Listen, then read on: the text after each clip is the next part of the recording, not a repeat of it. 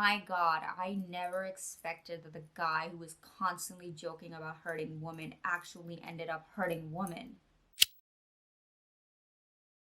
Hi, it's me again. No one is allowed to point out that there was no video in the month of January. I want to upload one video per month, but January, life was just lifing. Welcome back. Thank you so much for the support on my last video. I was expecting 2 people to watch it, but more than 2 people watched, and I am grateful. If you're new here, hello, my name is Mariam, born and raised in Karachi. I'm very passionate about social justice, and I love pop culture commentary. Media analysis is one of my favorite things to do. You can follow me on my other socials as well, where I do social justice, but maybe with a different twist. For example, on TikTok, I do makeup and style as well. This video is not a ranking.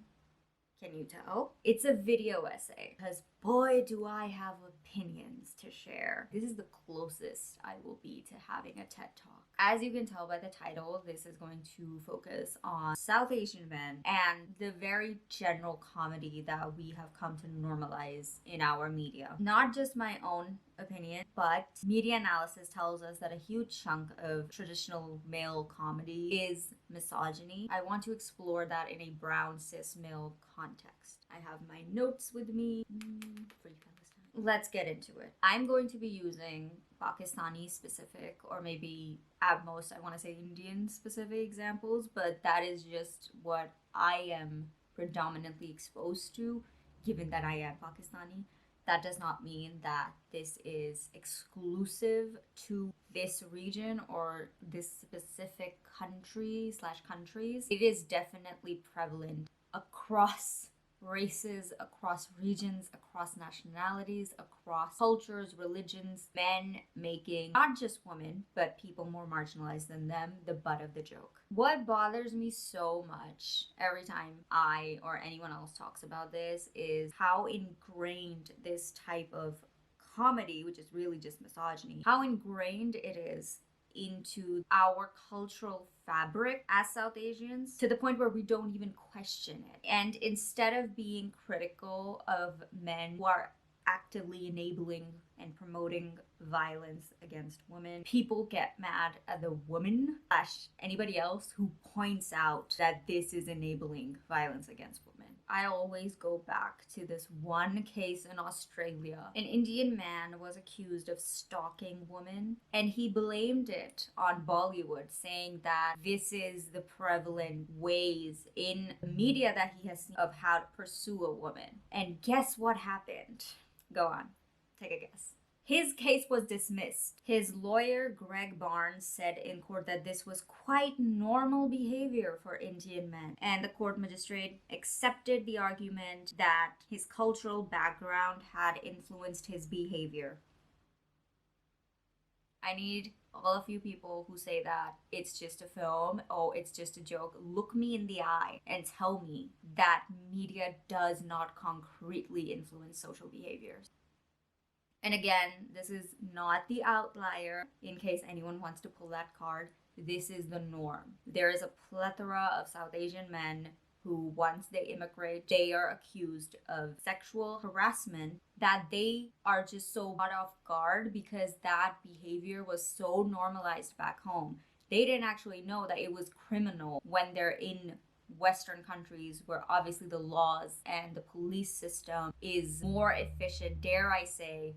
I'm not saying the West is perfect. I'm not saying that the West's prison systems or the police systems are perfect, but you get the point that I'm trying to make, hopefully. This type of behavior is not an outlier. By any means, this is the norm. This is perhaps one of the most concrete and direct examples of media influencing behavior and ending up harming the lives of women, which is why I think people might look at it and be like, oh wow, I never saw it that way, when in reality all of the media around us influences our behavior, whether directly or indirectly, and it very much makes up the cultural fabric of a society. So this is not just one case or 2 cases or 10 cases. This is a social issue that we have. This is our word culture. This is the patriarchy. This is everything I am mad about, and so many other feminists. Let's move on to male public figures When I say public figures, I am encompassing influencers, celebrities, comedians, etc., etc.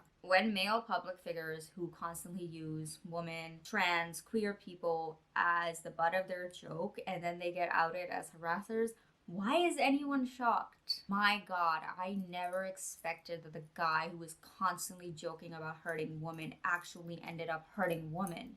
There's been multiple public figures across industry, across the globe, who have been outed as harassers or accused, allegedly, of horrible crimes. And when you look at their career history, it speaks for itself. They've done pretty much any of their work in their respective fields is a display of how much they do not see women as human beings or as their equal, or how much they do not take women's rights seriously. There's been celebrities in Pakistan, there's been celebrities in India, there's been celebrities in Bangladesh, there's been celebrities in America and UK, all of these men accused of allegedly committing crimes against women or trans and queer folk. And why is it that they need to be accused or they need to be jailed in order for it to be an issue? Why is it that just them simply making a joke or starring in a TV show that was deeply misogynistic, deeply queerphobic, transphobic, why is that in of itself not enough to be a red flag and be like, hey, this is not something that we should stand for? Why is it that it needs to be the very last straw of them actually hurting people that people start waking up? And even then people don't wake up, and even then people side with them and believe them, think that, oh my God, I know this celebrity since I was a kid, he would never do such a thing. Oh my God. You are not actually helping victims until and unless you start to really reflect on yourself and on society as a whole and understand that this is not one-off act that happen out of nowhere. Nobody just wakes up one day and decides to harass a woman. This is years and centuries of norms and behaviors in society that lead to things such as sexual assault, R word, the M word. In the pyramid of R word culture, this is one of the foundational elements that then lead to much worse behavior. So why not call it out when we see it? Coming back to the male public figures, conveniently enough, in the same professions, whichever profession it may be, whether it's comedy, whether it's influencers, whether it's actors, in these same professions where men have built their careers by making fun of women, their female counterparts will tell you about the intense discrimination and obstacles they face in those same industries. So on one hand, you have men making fun of women, gaining fame and fortune from that, and then their female counterparts in the same industry do not have access to the same opportunities, do not have access to that same fame and fortune, and you wonder why. Men make fun of women to get rich and famous. Meanwhile, women are underpaid, unpaid, undervalued in the same industry. And then outside, they also have to deal with the violence that these same men promoted. On to some examples. I would like to start with this TikTok that I saw ages ago. It's a film criticism of the movie The Big Sick. Do not ask me my opinions on Kumail. Do not ask me my opinions on any brown man in media. The default is always, I hate them. What's the worst movie that you've ever seen? Has to be a real... I just feel like today is the perfect day to destroy this film. Part of what makes this the worst movie I've ever seen has to do with the fact that I was so excited to get my first ever American rom-com with a brown Muslim main lead. If I had known that this was going to come at the expense of brown Muslim women, I would have never wanted it in the first place. I would have never asked for it. I would have been like, no, we're good. Let's just stick with the white rom-coms. We're fine. And for anyone who's confused, let me clarify why this movie is so god-awful. Part of the way that this film emphasizes how lovely and quirky and funny and refreshing his white love interest is by introducing the audience to a quick succession of brown Muslim woman after brown Muslim women that his parents are introducing him to in order to help him find a wife. Every single brown Muslim woman that they bring onto the screen is a caricature. They make every single brown Muslim woman sound ridiculous and act ridiculous and make it so obvious to the audience that he would never in a million years be even remotely attracted to any of these women. Every single time he meets another one of these women, a picture is handed to him, and he keeps every one of those pictures in a box. And the white girl eventually finds those pictures, and it causes a little bit of a rift. And in order to prove his undying devotion to this white love interest, he takes the pictures of every single brown Muslim woman that his parents introduced him to, and he burns the photos. And then he collects the ashes. He puts those ashes in a jar, and then he presents that jar of ashes to his white love interest in order to prove that he only wants her. I thought white Hollywood was really good at stripping brown Muslim women of their humanity. It never occurred to me how incredibly effective brown Muslim men were at never affording a single ounce of humanity to brown Muslim women. It never occurred to me. And this is based off of his real life experiences. So in reality, that's exactly what Kumail thinks about brown Muslim women. It's not a fiction. It's really what he thinks. Incredible. MashaAllah. I don't even need to say anything add to that video because it is that good. She nailed it. That video needs to be part of public education systems and taught in schools. This particular dynamic of brown men making fun of brown women in order to gain proximity to or gain attention from white women is also super common. Basically, brown men throwing brown women under the bus in order to gain proximity to whiteness in general and to get ahead in the system. I wanted to kind of create a timeline as to how me and I feel like a lot of other brown women get exposed to this type of humor. And I think the earliest I can think of is like those text message jokes and those WhatsApp jokes that would always be forwarded and shared. And in the beginning, you're so young you don't actually know that it's misogynistic. Right? You just think, oh, it's funny. It's like the nagging wife and the poor husband. And that's just how marriages are across the board. But then you start seeing it in films and you start seeing it in drama. Films like Jawani Phir Nahi Aani. I hate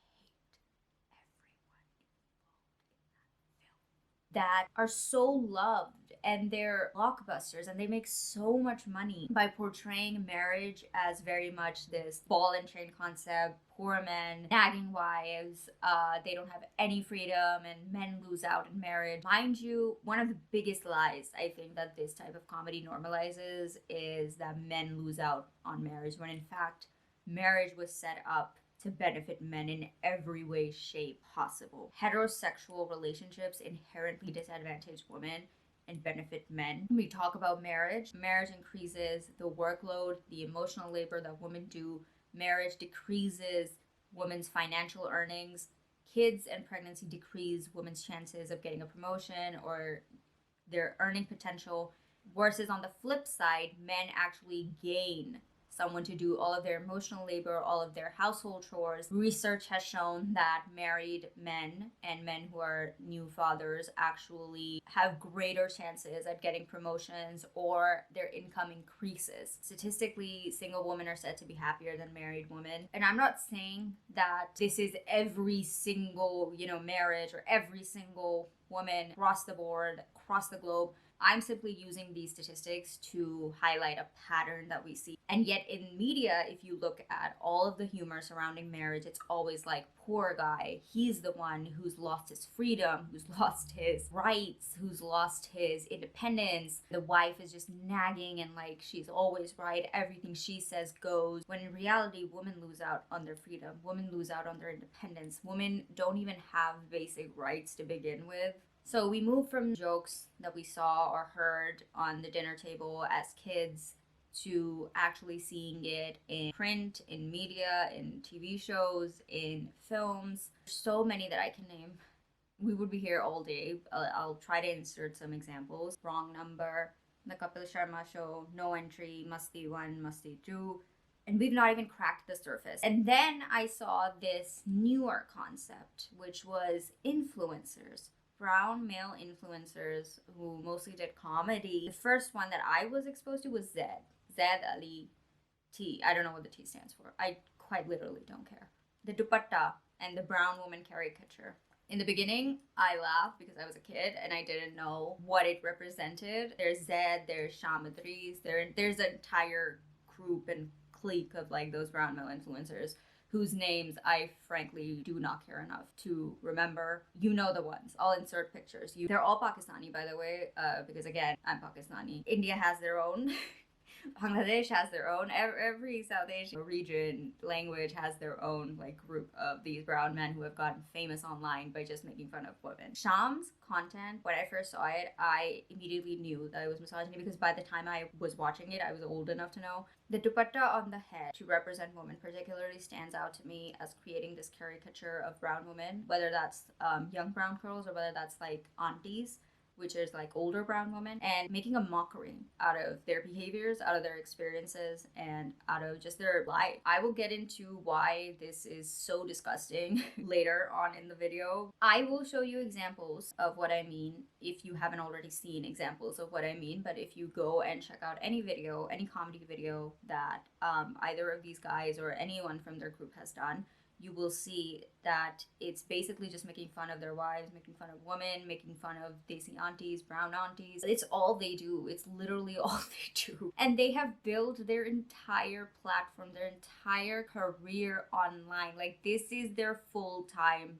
job. Do not ask me how I know this. I mean, you can, but like it's irrelevant. But I know, like back like a few years ago, I knew the amount of money Sham was charging for like sponsored content, for like paid partnerships. It was a lot. They earn money, like good amount of money. Point is that these guys, they have monetized their platforms, they have monetized their content, and they have built their content by being misogynistic, by being queerphobic, by being fatphobic, by even being ableist. And it's so normalized that everyone just kind of eats it up. It's like, oh, it's just a joke. It's just a real, it's not that deep. It's funny. I wish I could do piece by piece analysis of any one of their content, but that would take like hours. I mean, I can do a reaction video, break down why the jokes that they use or the portrayals of brown women that they use or the type of scenarios that they use as a plot line is so wrong, and it is part of our word culture. I actually do want to bring up a real life example. Shavir Jaffrey made a video. I'll see if I can find it, okay? And trigger warning. It was a video where basically he was taking a pillow and suffocating his wife. When I say it out loud, it sounds so harsh, right? But that's literally what he was doing. It was basically supposed to be so humorous, like, oh, you know, when the wife is sleeping and you secretly just want to K-word her, I guess. Instead, he's like doing it on the legs because he didn't know that her face was the other way.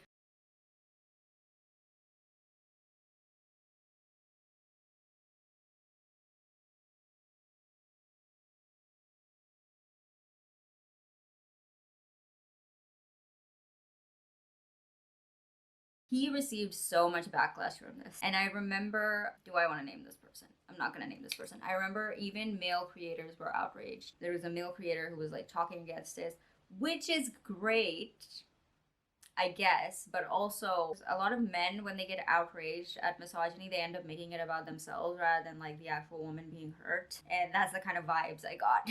It's so interesting that even when men get upset or try to like call out or hold accountable other men for being misogynistic, a lot of times I see that they end up centering themselves and their own ego and their own anger instead of the actual woman who are the victims and who should be centered instead of their ego, which you can also see in R-word cases. I see this happen all the time, that whenever a case of R-word is reported, men jump to say, at least like Pakistani men jump to say that this should be hanged or should be like.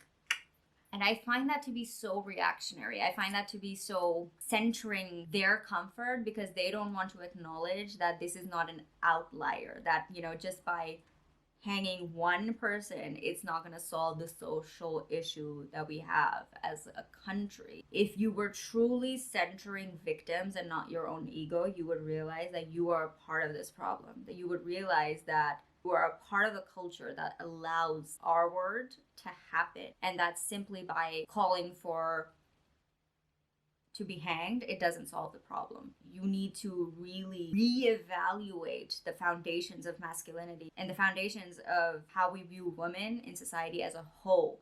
But that's too much work, see, because it's so much easier for men to just see something that is so explicitly misogynistic, get angry, and then just be like, oh, what if we just get rid of this one guy who's doing this thing, and then we're a happy society? And it's like, no, it's not just one guy, it's all of you. It's a systemic issue, it's a structural one, it's a culture. That's literally why it's called R word culture.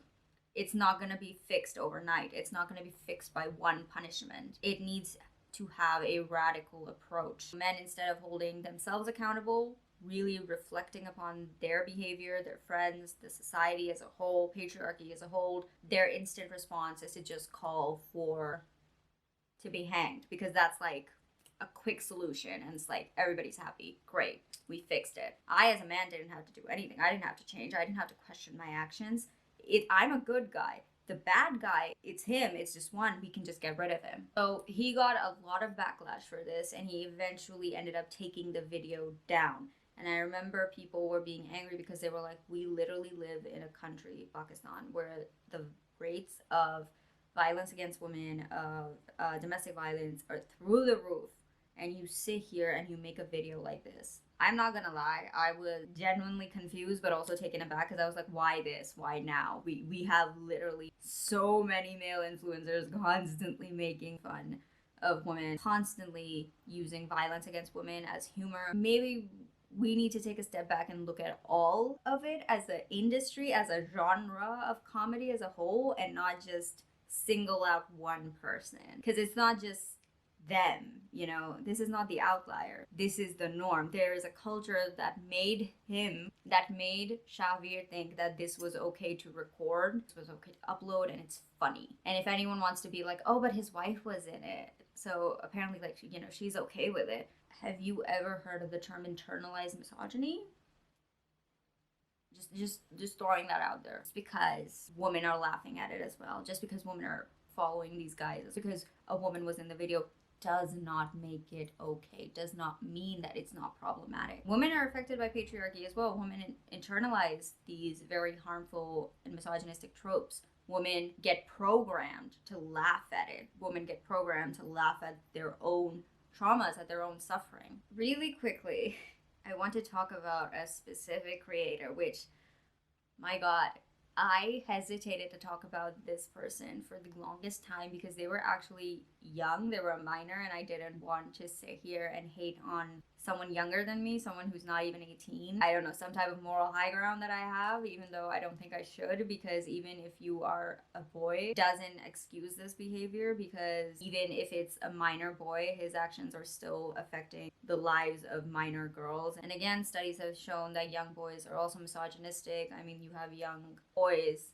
minors, not even 18 yet, R-wording young girls. So really, it's not just like an adult cis male issue, it's across the board. It starts very young, starts from when they're born, starts from when they are babies. Even before that, women are pregnant, the way a woman who is expecting a son gets treated compared to a woman who is expecting a daughter gets treated, world of a difference in our culture. We know that women who are expecting sons are treated way better than those who are expecting daughters, because again, sons are preferred over daughters. You have a history of femicide, you have a history of female infanticide in the country as well, where female fetuses are,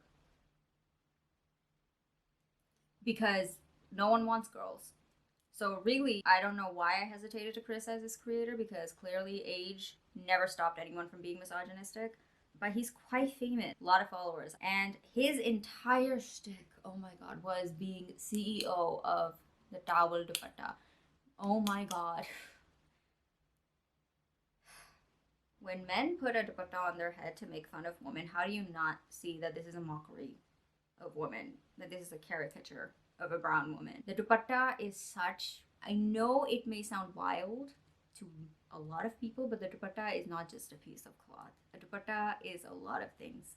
It represents a lot of oppression. There are women out here who have been told they can't go to school, they can't do sports, they can't sing, they can't dance, because they need to cover up, because they need to make sure that they're always veiled. there are women who have been K-worded for not covering up properly, for not wearing the dupatta. To see men put it on and then just take it off after they're done making fun of women and then get all these likes and get this platform, it is problematic. It is wrong. See, men can easily just put a towel on their head or wear a dupatta and act like women when they like it and then take it off when it's convenient for them and not have to go through the constant slut shaming, the constant moral policing, the constant haram policing, the constant violence and oppression that women and women's bodies have to face. Constant sexualization of women's bodies. They don't have to experience that trauma. They will never know what it's like. They don't have to walk in those shoes. His entire career online has been just making fun of another caricature woman, maybe an auntie, maybe like brown moms. Oh my god, I hate this so much. Brown girls. I'm surprised at the amount of attention and like following this has garnered. This is just an example. So very quickly, I do want to talk about how often people use brown aunties as a caricature in their comedy. And there is a piece by Fabliha Yaqub. I hope I'm pronouncing that correctly. She wrote this piece. It's on Instagram. I highly recommend everyone to go and read it. The Villainisation of Aunties. Judgmental South Asian aunties are MILFs, gossiping is praxis in building community, and who truly is the victim. Not justification, but perspective. Gossip kills, but it also saves lives. I think it very holistically talks about how aunties have become a caricature in brown spaces, especially younger brown generations, because we blame them for so many things, right? We blame brown moms for so many harmful, hurtful things that they've done. We blame brown aunties for gossiping. We blame brown aunties for, like snitching on us, for judging, for, again, policing our lives as young brown girls. And I think this article explores the other side, which is something that I have always thought of. Yes, we make fun of older brown women for how they choose to police us and their gossiping, without actually realizing that they themselves are also victims of misogyny and victims of the patriarchy. And yes, brown women, 100% women can maintain and enable the patriarchy. Women can enable and maintain misogyny, but it's not the same compared to when men do it, because men are not the victims. Women can be victims and enablers, but we oftentimes single out the enabling and not also look at the part where they are also the victims. There was this post, I can't remember by who, I think maybe by the Pakistani therapist, that talked about how maybe the reason brown women have learned to exaggerate their emotions, exaggerate what they're saying, is because they are not being heard. Women raise their voices when they're not being heard. Women do a lot of things because they have never been afforded the same type of attention and the same type of rights that men have. By the way, the light keeps on changing is because I'm filming in natural light. So when it comes to gossiping, Volga Drawings has this great infographic carousel post that I will link down below about gossiping being whisper networks, and how throughout history, rumors and information have been passed from woman to woman about the men in the community.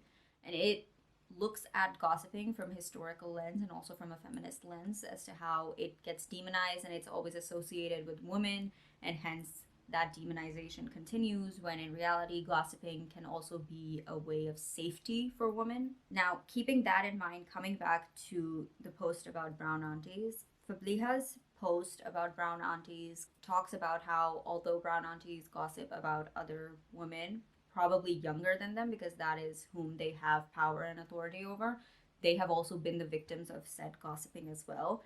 And under the patriarchy, the more women maintain the patriarchy, the more proximity they have to their patriarchs. The more women maintain patriarchy, the more benefits they may end up getting. So although at times as brown girls, we see older brown women as the villains and as the ones who are harsher on us, stricter on us, are the ones who are snitching on us or gossiping about us, it's not them who created the system. It's the brown men, it's the brown uncles.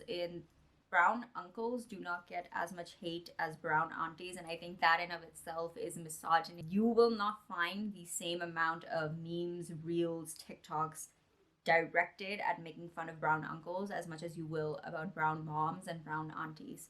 When women who have always been marginalized and always been the victims all their life grow older and become mothers or aunties, they then begin to have kids under them and younger brown girls that they do have some element of authority and power over. And by exerting that dominance is how they gain some sense of control in the patriarchal world. And again, this is not justifying this in a patriarchal world.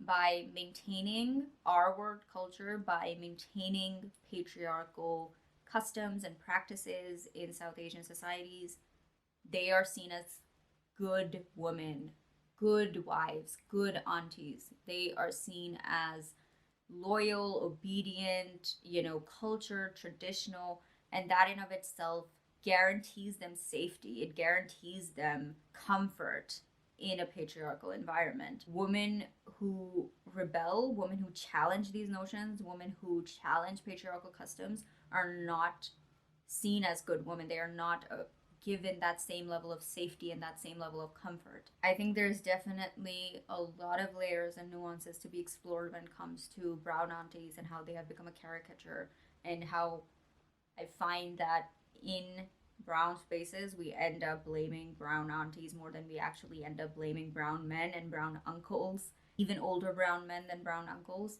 when they are the ones who are the masters of the system and not the brown woman, no matter what their age may be, because they are just the victims. And at best, brown aunties are just the enablers of a system that they suffer from as well. I do find it interesting that whenever films like Animal come out, or any misogynistic film, and you have feminists and just people with more than 2 brain cells talking about how harmful it is, men jump to the response that it is just a film, when in reality, we all know that it is not just a film. Hopefully by now you know that media influences society, right?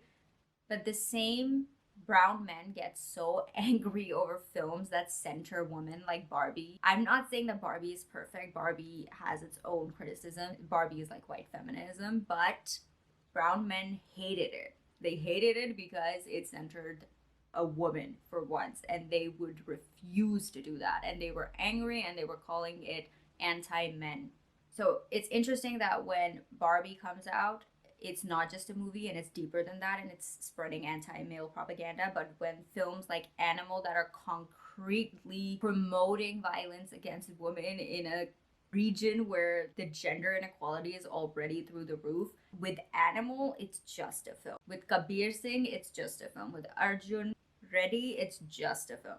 Barbie, on the other hand, it's spreading anti-male propaganda, even though when was the last time any amount of anti-male propaganda, which is not even propaganda, it's a valid criticism of the patriarchy, when was the last time it actively harmed men? Like, reverse sexism does not exist. This is like social justice 101. Reverse racism, reverse sexism does not exist. We know that Barbie did better than Oppenheimer globally, but Oppenheimer actually did better than Barbie in India.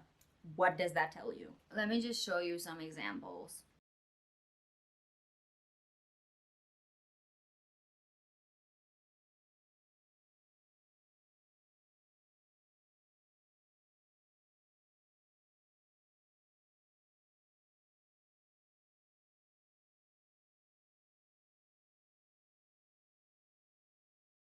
हिल मांगता बाल चिट्टे करने वाली ओए ओए तो बड़ी बुद्धि है अपनी नेल्स दिखाए अपने इतने बड़े बड़े आपके नाखून हैं क्यों नहीं ये कटे हुए ये क्यों नहीं कटे हुए आया जी इनके साथ वॉशरूम में जाएं और अपने नेल्स इनके घर वाले तो ये घर से काट के नहीं आती ना इनके घर वाले काटते हैं आप काटें जाएं अभी बाल आप लोगों के खुले हुए हैं ये स्कूल है यहाँ पे या फैशन शो रहा है ये को स्कूल है अपने बाल या चुटिया में ऐसे जोर से टाइट तरीके से बांध के आ करें कोई भी गर्ल्स जिनके पास एक्स्ट्रा पोनी है पोनी दें अपने बाल बांधे को स्कूल है यहाँ पे बॉयज ने और आप लोगों का फैशन नहीं कोई स्टैश नहीं पहन के आया हुआ आप लोगों का फैशन ही नहीं खत्म हो रहा क्या हो गया ये क्या हो रहा है ये स्कूल है are you in your drawing room are you in your home जाए अपने बाल बांधे अपने नाखून काटें और ये जो बाल डाई कराने का फैशन आया हुआ आप लोगों ने नीले पीले किए हुए हैं क्या स्कूल की लड़कियां लगती हैं आप लोग कहीं से Whether it's making fun of women's lived experiences, their struggles, their fears, their traumas, their hobbies, to outright making a mockery through cross-dressing as them. There's not one single brown male creator I can think of who hasn't done this or hasn't participated in it at some point. And if they're not doing it directly, like it's not their content, they're probably friends with other men who do it. We live in a country where women have been K-worded for making a YouTube video, for wearing jeans, for making an Instagram reel, for being seen with a man, for not warming food. And you see these men making fun of the very things that women actually get K-worded for. An actual threat to our life and fears that we live with. And these men are making fun of our lived fears, as if being the reason we were denied any humanity wasn't enough.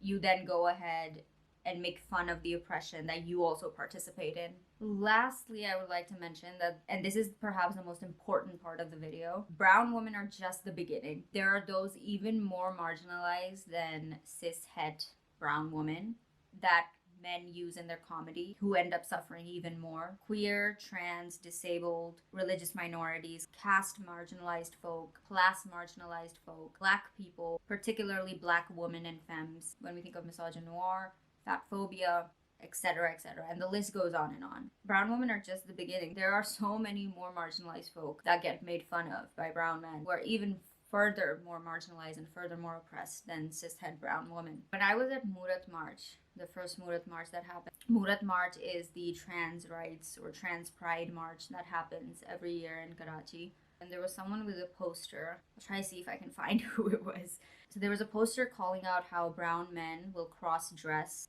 as women or play trans characters and make fun of them on public TV, and it's fine. Everybody laughs at it, everybody accepts it. But the same men will then turn around, deny trans people their rights, deny brown trans folk any humanity, and hate on trans people to the point that it is costing numerous lives every single day. So brown men cross-dressing is perfectly fine, but actual trans folk is where we draw the line. We don't want to care about actual trans people and their lived experiences and how they're denied any sort of rights in Pakistan. So yes, brown men are not funny. They were never funny. They're just extremely good at exploiting the struggles of literally every single soul who is more marginalized than them. But don't worry, the moment someone more privileged than brown men, for example, someone white, says something even remotely, they are the first ones to embrace victimhood. Brown men will yell and shout about, but never care about any other form of discrimination, including gendered Islamophobia, or the unique combination of racism and misogyny that brown women experience. Brown men will talk for ages on racism and Islamophobia, but never care, even in the slightest, of victims of their own oppression. Most of the community work, advocacy, activism, whether it's on climate, race, gender, etc., is done by women and femmes of the community. It is not cis men looking out for the community, and it never has been, because cis-het men only look out for themselves. And even then, they suck at it because they constantly need women to do their laundry and dishes. And that concludes this video. Thank you so much for watching. I really appreciate it. Please let me know your thoughts down below. If there's anything that I missed, if there's any points that you would like to add. Like and subscribe if you haven't already. If you're not a feminist, or if you're not an ally, or if you don't believe in the patriarchy or whatever, please don't comment. This is not the channel for you. Like, have you not gotten the memo yet? There's so many other channels out there. There's so many other YouTube videos that you could rather be watching that promote misogyny and the patriarchy. Why would you go out of your way to comment on this one? This is not the channel for you. Follow me on Instagram and TikTok, where I talk more about socio-political issues like the Baloch genocide that is currently going on. If you don't know about it, I will link my video down below. Thank you so much once again, and I will see you when you see me. Bye. Of course, I'm gonna show you my cat. She's so cute.